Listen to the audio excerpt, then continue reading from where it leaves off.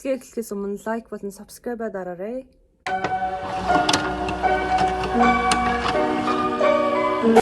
Сайн мэцхан Mijimo channel байна. За, энэ удаагийн бичлэгээр болохоор би бас нэгэн сонирхолтой бичлэг хийх болно. Тэрний юу вэ гэхээр одоо анимашны эсрэг талын дүрүүд одоо муу дүрүүд байгаа шүү дээ. Яагаад муу дүр болдог юм бол гэдэг талаар тэднийг муу болгож юу нөлөөлсөн юм бол бүх эсрэг дүрүүд ихэндээ тийм ч муу байгаагүй. Зарим нь бол зүгээр ойлгохыг хүссэн, зарим нь болохоор зүгээр л аврагдахыг хүссэн, харин зарим нь болохоор үнэхээр гонигтэй түүхтэй байдаг. Тэгэхээр би өнөөдөр одоо төрөлхийн тийм нэг муу биш, одоо нэг эвдэрсэн муу дүрүүдийн талаар ярьцгаая. Эсрэг талын дүрүүд. За бичлэгэндээ орцгоё. За эхнийх нь болохоор Toy Story-гийн Lotso Bawgai.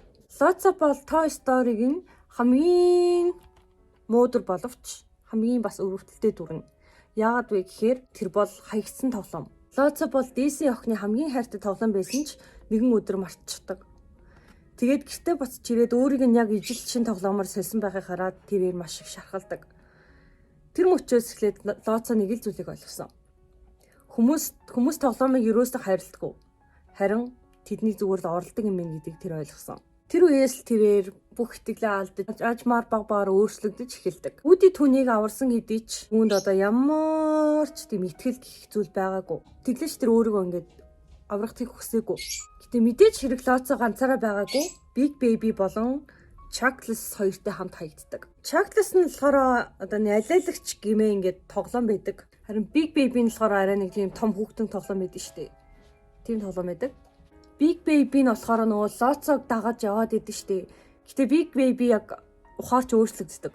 Энэ гурван дүр одоо юуг харуулж байна вэ гэхээр одоо трама хүн бүрийг өөр өөрөөр өөрчлөлт гэдгийг харуулж байгаа. Бид өөрсдийн мэдрэмжээр ингээд ямар нэгэн зүйлийг хүлээж авдаг. Мэдээж тэр гурван адилхан зүйл туулсан, бүгд хаягдсан. Chuckles болохоор одоо бүх юмыг хүлээн зөвшөөрсөн. Daisy-г мартаад үннийг одоо хүлээн зөвшөөрч одоо тэр одоо хиндэж уурлаагүй, хэнийг ч буруутгаагүй, зүгээр одоо өвдөлтөө өөртөө авч үлдсэн. Ийм хүмүүс дотроо шарахтай байдаг ч одоо бусдыг шархлуулахгүй амьдардаг. Одоо бодит амьдрал дээр ийм хүмүүс байв шүү дээ. Энэ л болохоор тэр чигтээ эвдэрсэн гэсэн үг. Chuckles бол бас дотроо үнэхээр гонигтэй байдаг. Одоо бүрэн нэг тийм засагдсан одоо их жаргалтай болсон гэсэн үг биш. Big Baby болохоор хаягтаас илүү одоо намайг хэн хайрлах вэ гэж одоо нэг юм хайж явсан гэсэн үг. Тэгэж явахдаа Lotso-г тагсан. Тийм учраас Lotso-гоос хамааралтай бол. Lotso түнд муугаар нөлөөлдөг байсан ч гин нэгэнд одоо тэрээр хайрлахыг хүссэн байгаа.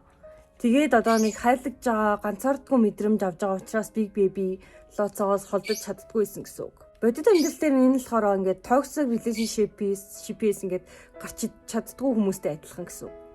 Lotso харин өвдөлтөө үзэн ядалт болгож хогорхсон.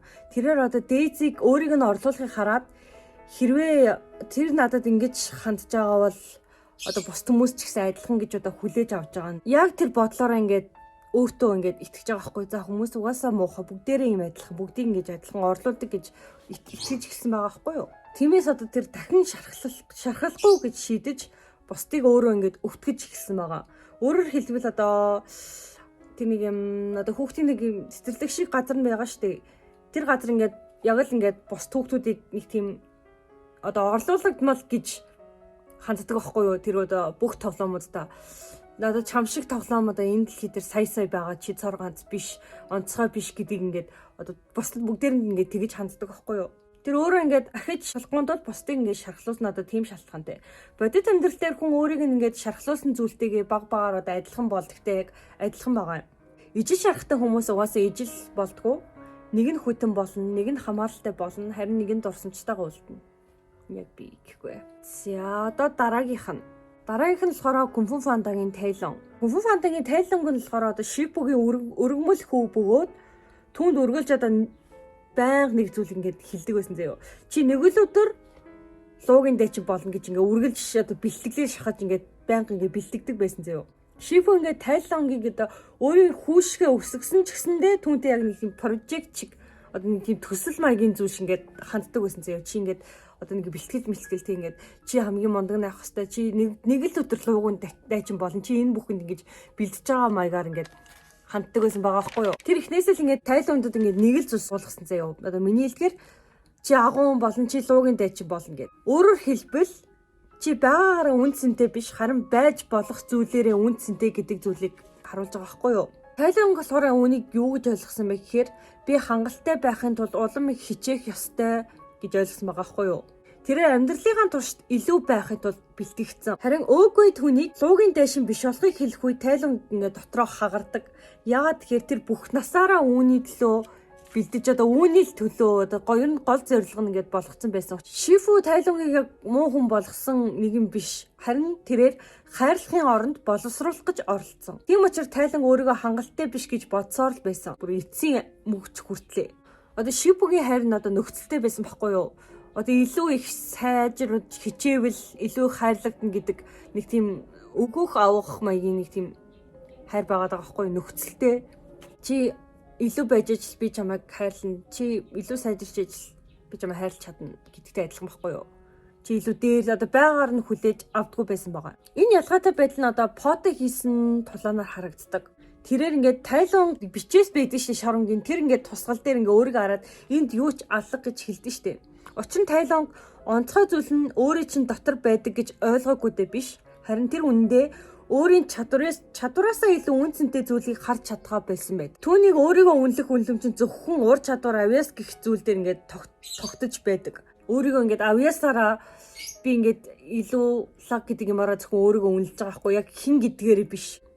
Харин Погийн өргөмөл аав нь болохоор түүнийг ингээд ямар нэгэн прожект шиг бол өсгөөгүй шууд ингээд байгаагаар нь л ингээд панда чигээр нь одоо юу гэх яг тийм байгаа дотоод зүйлээр ингээд хайрлсан байгаа хгүй юу. Тайланг болохоор бүх насаараа агуу зүйл хийхийн тулд ингээд хөдөлмөрлөж байна гэж итгэж амьдэрсэн.